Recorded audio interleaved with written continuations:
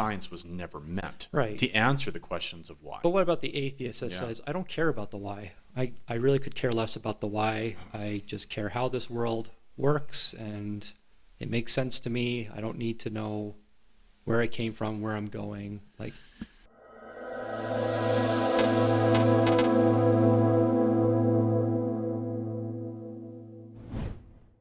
faith-based books, do they have a place in our society? I read a quote from Richard Dawkins. He kind of said, well, he did say, I am against religion because it teaches us to be satisfied with not understanding the world. And I know he's talking about religion, but it does stem to religious books or faith-based books, because people, they buy this stuff. And so, but it got me thinking, a world without faith-based books or religious books, would our world be better off without it? You know, that's probably a tough question. It's a complicated question in a way. But the one thing that that faith-based books do, or books on religion do, is they tell us the why. All the other books in the world, they don't do a very good job of telling the why. I think that faith-based books, they really do a good job of answering that question, is to the why our world exists and why we are even here. So, you know, I think there's always going to be a place for faith-based books, especially written by people that, you know, are experts, say in theology, or experts on faith, or experts in religion. They help us to understand the Bible better too, and stuff like that, right? So I think faith-based books are a very important part of our fabric, not just for you know, not just for people that have faith, but people that don't either. We're looking at the bigger question as to why we are here, why we exist, what is our purpose.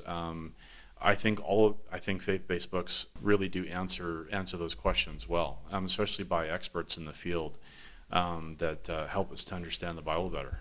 So I would say they will always have a place, and in a way, they're even more relevant than they ever have been, especially in an age of misinformation and fake news. And is there one universal truth, right?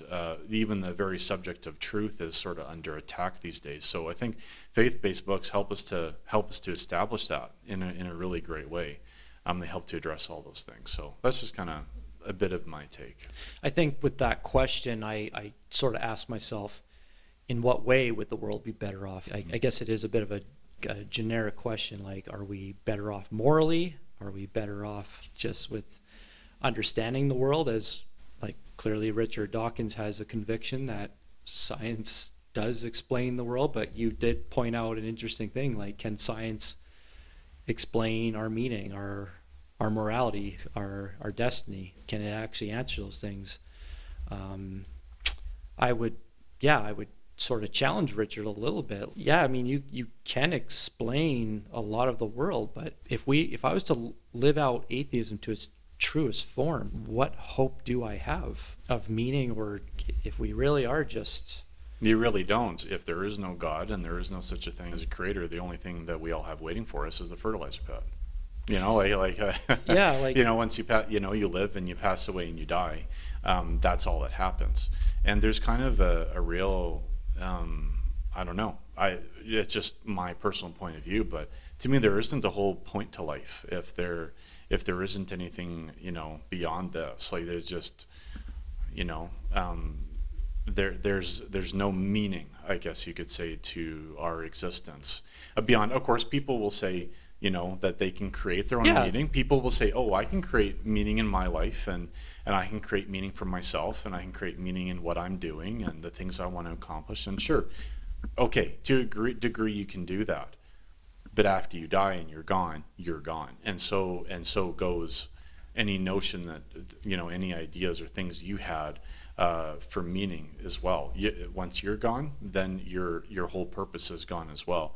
And that is just something, to me, that is just so fleeting, and not even, like, it's pointless in a way. Like, if all you're into it in life is, you know, that you're creating meaning for yourself, your life has no purpose and it has no point.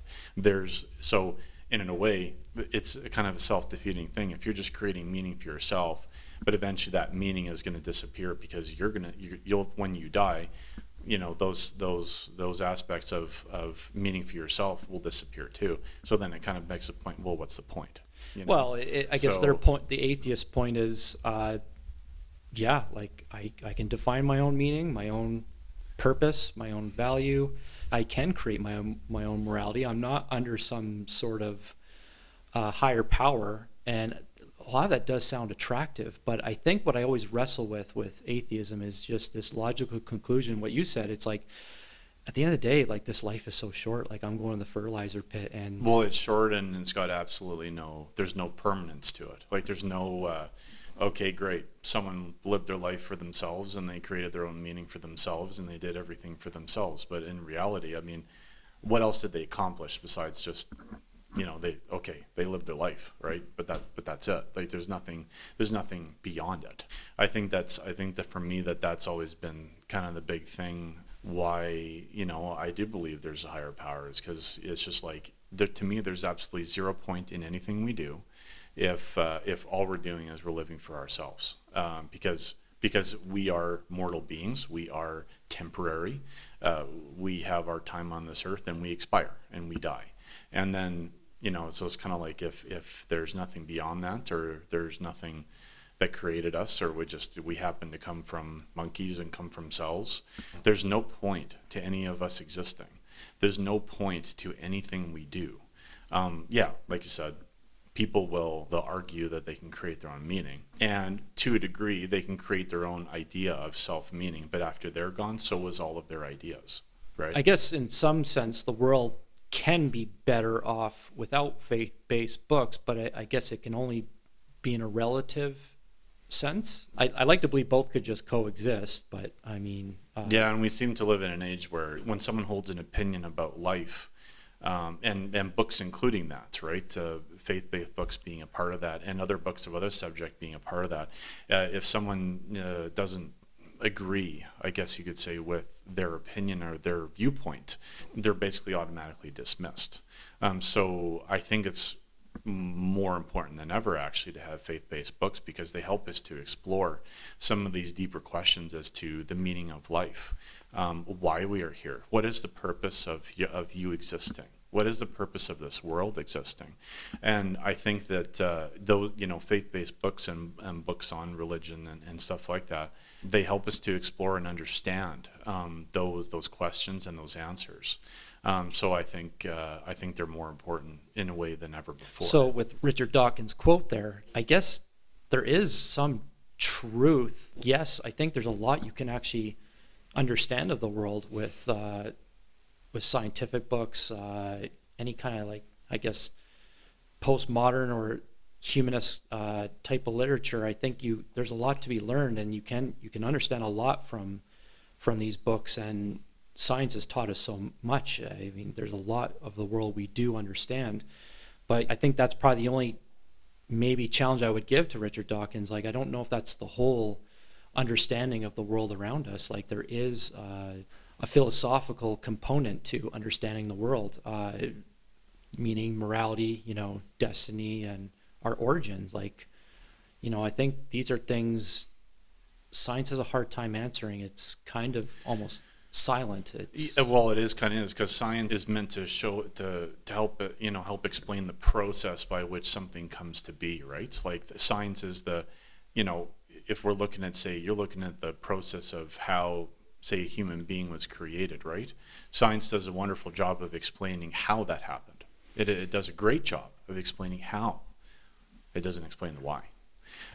People that I think there is a thought out there right now that science can be used to explain the why, but that is also, in a way, it delves into a type of philosophy, like a scientific philosophy. So even I think people that don't share faith, they either are atheist or agnostic, or they just don't care one way or the other.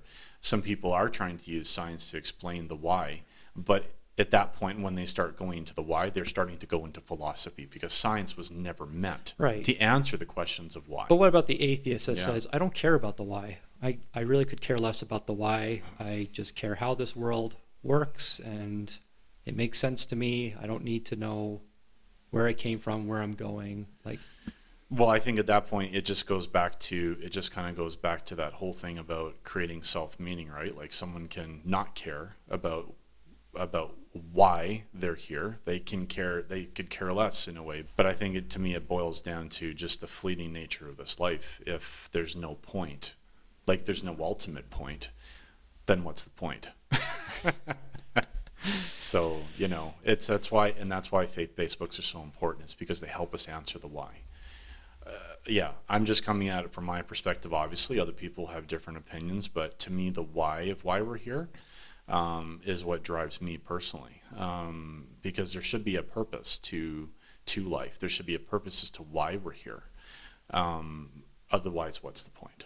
These days, a lot of people are not willing to be intellectually honest with themselves. They're not willing to be honest with themselves. they just don't live it out consistently. No, like it that's doesn't right. reflect. Yeah. That's right. Yeah. So that's one thing I would challenge anybody that live with that belief, is to acknowledge that all of that awaits them is the fertilizer pit, and that ultimately anything that we do on this earth, otherwise there is no point to it. And whether you're a believer, like a seeker or a skeptic, I think what I find common amongst everyone is no one cares about death until they actually have to face it. Oh, and that's right. And we treat death as kind of this big boogeyman. People in the world, they don't want to talk about death. They don't want to talk about dying. Because, Like, I'm good. I'm 20 years old. And people don't. I think people don't want to talk about it or think about it as much, is because it's something that none of us are going to escape. Every single one of us is going to die one day. There is an expiration date on our lives here on this planet. And so I think people don't like dealing with it because it is the one thing they literally cannot escape. We've become so right? busy that we actually don't think about it. Like, Yeah. And I think it's good to accept. I think it's really good to accept, that death is part of life, and we all have an expiration date, and we need to make the most of the time we have here, honoring God as our creator. And that's what makes it so beautiful.